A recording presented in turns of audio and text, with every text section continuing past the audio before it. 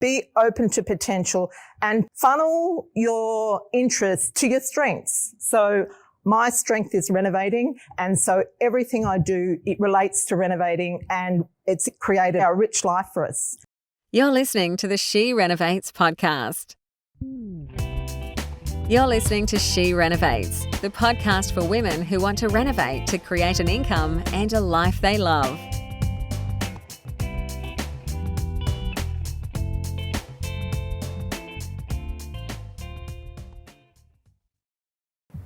Now, so that was a part about renovating our retirement plan. So now I want to sort of delve a bit deeper into optimising your family home. Now, we heard from PJ earlier that our family home is not an asset.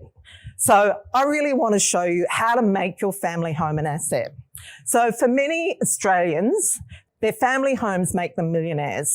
But unfortunately, they make decisions around that piece of real estate that are not that smart. And so many of the people that we work with, their family home is the basis of everything they do. It's the launch pad of their portfolio. It's the thing that helps them to help their kids. It's the property that helps them to really up their retirement income. Now, at that time, way back, I won't say it's that far back, when I was 50, this was our family home. And so the first thing we did before we decided to downsize was to renovate it, okay? So that makes sense because you want to maximise what you get out of it. So we renovated it and we produced an extra $200,000 in profit. And so then we'd already bought our next project or our next home, which was in Redfern, which we paid $1.3 million, but it also had potential for income. So the ground floor of that property returns $50,000 a year. So, that's a pretty good travel budget for a retiree. And so, really great start to a good income when we're not working. So the other thing that we are now doing with that property is age-proofing it. I know, I've heard lots of people say, I never want to go into aged care, and I'm completely with you.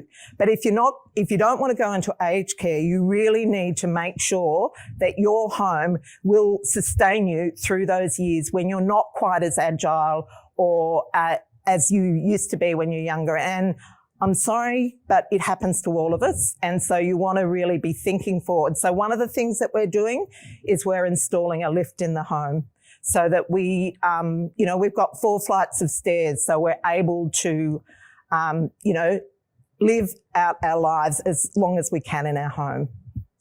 Now, talking about renovating retirement, I've given you a little worksheet. This is how we go about it. We make a list of our goals. Okay. And to do that, we do a thing called design your ideal day. So really think about when you are no longer working as much as you did before or you do now, what's your ideal day look like? In the morning, do you get up? Do you go have coffee? You might play golf. How does that day play out? And that helps to inform your needs when you're at that time when you're not working so much. So you want to set a budget to fund your ideal life. I think the government thinks that we should live a luxurious life on about $60,000 a year. Okay, so I can't do that, and I'm pretty sure you won't be able to either. So you need to do a bit better than that. Okay, so the next step is optimise your family home.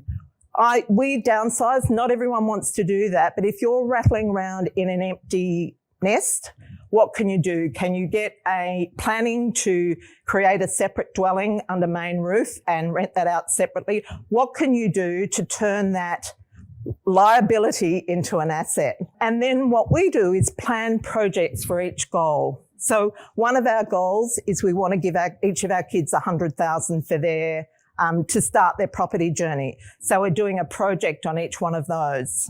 And the other thing, what we have found that is short-term rental is a great return for someone that's a bit behind the 8 ball in terms of their cash flow from their properties for passive income.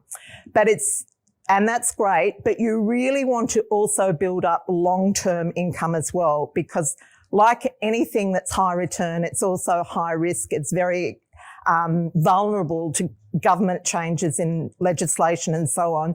So making sure that you're thinking through the years ahead and not just, sitting back and thinking, oh, this is great. Now, as I mentioned, downsizing is a fantastic way to really give you a boost. And these are the 4 steps that we take into account when we're considering downsizing our family home. The first one is obviously to renovate that home before you take it to market and present it in the best way possible. Over our 35 years of renovating, we've developed a system called the 100K Renovation Process. And so what that works on is a 10% profit on a bit more than a cosmetic renovation. So if you've got a $500,000 property, you look at an extra $50,000. If you've got a $2 million property, you're looking at an extra $200,000. However, if it's thanks, Dale. If it's your own home, you make a lot more because you haven't got the buying costs, the holding costs, and so on, because it's your family home and you've already bought it. So you will probably double that. The next thing is buy a fixer-upper as a downsizer. So many people go out and buy retail. They'll go and buy an apartment off the plan or something like that. That's all its value's been expended already. So if you go and buy a fixer-upper, you're buying a wholesale property and you can renovate it to your own design. If possible, add a studio to that property, like we have and many of our community have, so that you've got an extra income coming in. Important to make sure it has its own access, that it doesn't infringe on your life, so it's completely like the house next door. And lastly, take advantage of the downsizer superannuation benefits and contribute as much as you can into your super. So this is one of our community, our Wonder Women. So they had a house, a big house on McMaster's Beach. So the husband is in his early 70s. They were complaining that they didn't have enough to live on or, in retirement. And so they implemented this process. They presented their house in the best way possible, sold it for a fantastic return. It was just over $3 million. And then they set about buying another home for themselves. So they bought in an area that hasn't been doing so well. So hopefully it will pick up again. It's in North Narrabeen. So they bought a house. So well undervalued for $1.8 million. And it also has a cottage or studio in the garden, so they have an income from that. And then they are able to contribute the maximum into their super as well. So they're absolutely thrilled because they've got money to renovate the home, they've got the time to renovate it, and they're living their dream. So that's an example of, profitable downsizing. So stacking strategies means taking one strategy and putting another one on top of it. So many of us are into the historic Airbnb property, and we've got quite a few women, got one that's got a bakehouse. This particular lady, so she set about knocking her goals over in one deal. So she has several other renovations on the go, but this is her retirement renovation. She bought this church in the Hunter Valley for $580,000. And so she's been able to work with the town planner to fit 3 little cottages along the river and then renovate the church, and the whole lot will be on short-term rental. That project will give her her retirement income in one foul swoop. The whole project cost, she's quoted me $1.5 million. It's probably more like $1.8 million, but she paid, including the purchase price of $580,000, and it will deliver her around $200,000 per year in income. So, as I mentioned, we love to solve problems with renovating, and I wrote a little guide about how, all the different problems that you can solve with renovating. And so this is a collection of 18 stories of various people who have been creative in solving problems with renovating. It also includes how to pay off your mortgage using renovating. So if you'd like a copy of it, just download it and there it is. Okay, solution for funding challenges. So some people don't have a family home, they don't have a home and have no way of achieving that. So I want to share some strategies that we've adopted with our kids to get them going. Bernard Salt, Australian demographer, famously said that the reason young people can't get into a home is because they spend too much money on Avo Smash breakfasts. And we think we're sort of closer to the other end, but we like Avo Smash as well. So we figured out a way that we could work together and have a win-win. And so now that we're getting to the other side of our life, we're also looking at the reverse Avo Smash. So, yeah. So basically what we said to our kids is when you've got a decent job, we'll do a project together. You get the loan, we put in the cash, we do the project and we share the profit. You get the first 100,000 because as you know, when you've got 4, they've all got to get the same. And then we'll take anything that's left over. So the first one we did with our daughter, Hannah, she got a loan for 700,000. We put in 360,000 from our line of credit. We bought a 2-bedroom, 2-bathroom unit in Redfern. We renovated it and we sold it for $1.28 million. That made $155,000 profit. So Hannah took the 100, we took the 55.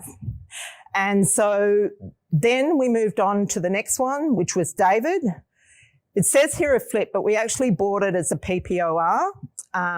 So we put in 300, he put in 800,000. And because he's an architect, he did a lot more work, which was great. But during that project, we had the, 2019 Royal Commission into banking. And the bottom absolutely dropped out of property in Sydney, like overnight. At the time, we had 3 projects on the go, of which this was one of them. Had we insisted on selling them, we probably would have lost 300,000 or 400,000. But one thing when you are renovating for profit, you must be willing to hold the property if the market changes. Because if your numbers are sound, then the market will come back. Like we've been doing this. The first time we had this happen, we made the wrong decision and we sold. We didn't actually lose money, but we worked for a year for nothing. And so since then, our mantra has always been, if the market changes, we hold. And so we did that with this one in Bondi and another one that we had at the time. And thankfully the market came back and we made 100,000 and so he was on his way. So the benefits of the Avo Smash strategy are not just about the money. The money is great, but what it does is it generates interest in property in your kids. It really changes the way the family operates.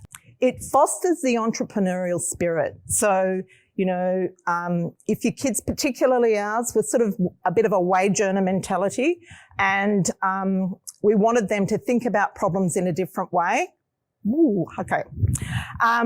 Working together enriches your relationship and it gives the whole family a focus. So there are lots of benefits.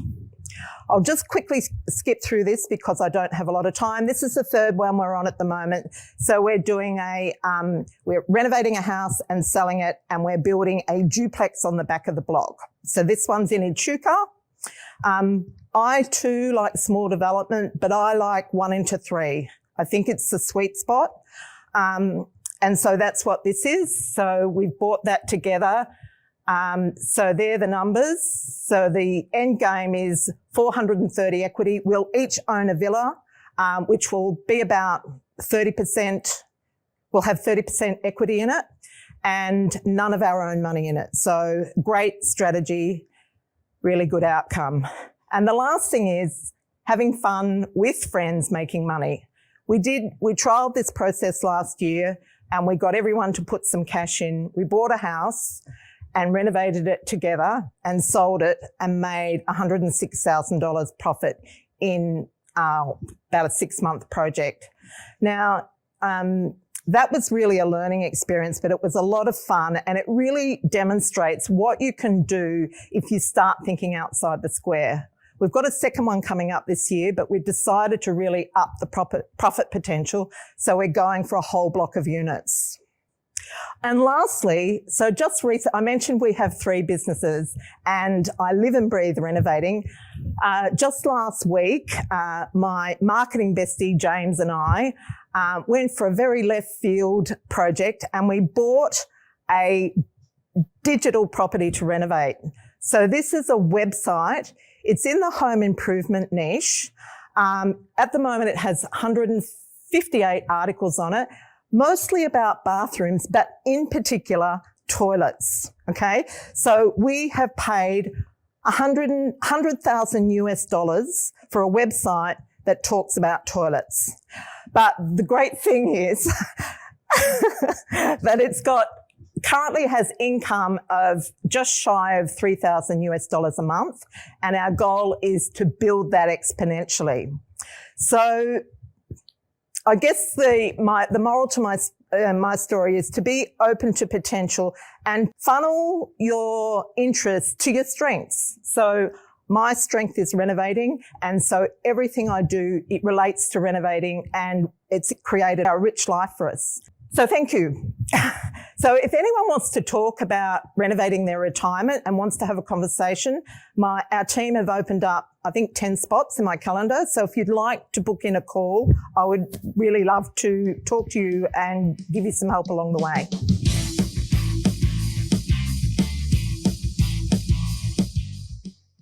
This is the She Renovates podcast.